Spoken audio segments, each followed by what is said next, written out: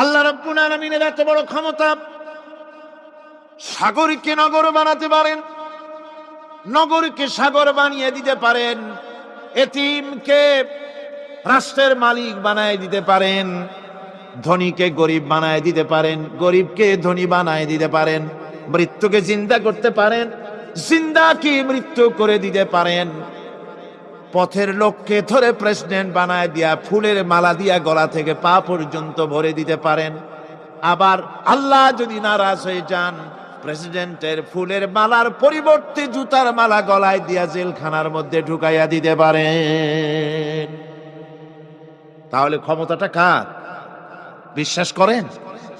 সমস্ত ক্ষমতার মালিক আল্লাহ। আকীদা মজবুত হতে হবে আমার মুসলমান ভাইরা। আকীদায় গড়বড় যদি হয়ে যায়, তাওহীদ বুঝতে যদি ভুল করেন, জীবন বরবাদ হয়ে যাবে। আর কিছু যদি না পারেন, অন্তত ঈমান ও আকীদাকে মজবুত করে যদি আল্লাহর দরবারে উঠতে পারেন, ফাকাদ ফাজা ফাওজান আযীমা, বিরাট কামিয়াবি আসবে কিয়ামতে। যদি আকীদাটাকে মজবুত করে না ওঠা যায় আল্লাহর দরবারে। সেজন্য আমি কোরআন আমাদেরকে কি শিখালো সেই কথাই বলছি। আল্লামাল কোরআন, কোরআন কি শিখাইছে? তাবিজ শিখায় নাই। কোরআন আমাদেরকে শুধুমাত্র মাথা ঝুলে ঝুলে তেলাওয়াত, এটা শিখায় নাই। কোরআন তেলাওয়াত করতে হবে, বুঝতে হবে, আমল করতে হবে। কোরআন শিখাচ্ছে। কে শিখাচ্ছে?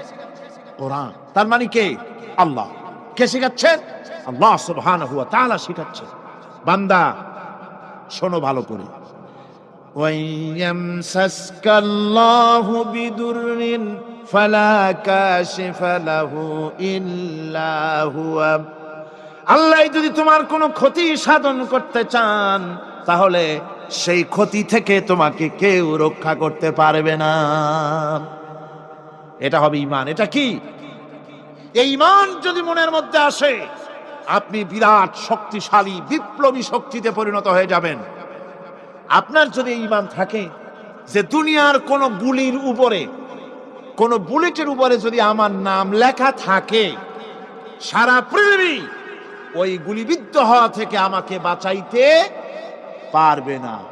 আর কোন গুলির উপরে, কোন বুলেটের উপরে যদি আমার নাম লেখা না থাকে, তাহলে গোটা বিশ্ব একযোগে প্রচেষ্টা করেও আমাকে গুলিবিদ্ধ করতে, এটার নাম কি?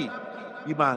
তাই আল্লাহ বলছেন যে আমি যদি কারো ক্ষতি করি, তাহলে এই ক্ষতি থেকে তাহলে তাকে কেউ বাঁচাইতে।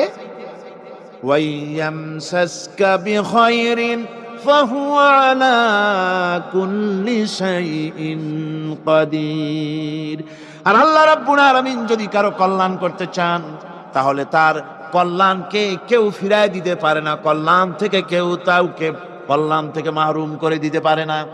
তার মানে হলো, আল্লাহ যদি কাউকে চুল ধরে, মাথা ধরে, কল্লা ধরে উপরের দিকে টানে, আর দুনিয়া যদি তার পাও ধরে নিচের দিকে টানে, তাহলে দুনিয়া পারবে? পারবে? আল্লাহ কল্যাণ করতে চাইলে কেউ ঠেকাইতে পারবে না, আর আল্লাহ অকল্যাণ করতে চাইলেও তার থেকেও কেউ বাঁচতে। ওয়া হুয়াল কাহিরু ফাওকা ইবাদিহি ওয়া হুয়াল হাকীমুল খাবীর। তিনি তার বান্দাদের উপরে একচ্ছত্র আধিপত্য রাখেন, একচ্ছত্র ক্ষমতার অধিকারী তার বান্দার উপরে, সমস্ত জিনিসের উপরে তিনি ক্ষমতা রাখেন। তিনি মহান বিজ্ঞানময়। এই তাওহীদ খুঁজে নিতে হবে। তাওহীদ অর্থাৎ আল্লাহ পাককে সমস্ত ক্ষমতার মালিক মনে করতে হবে।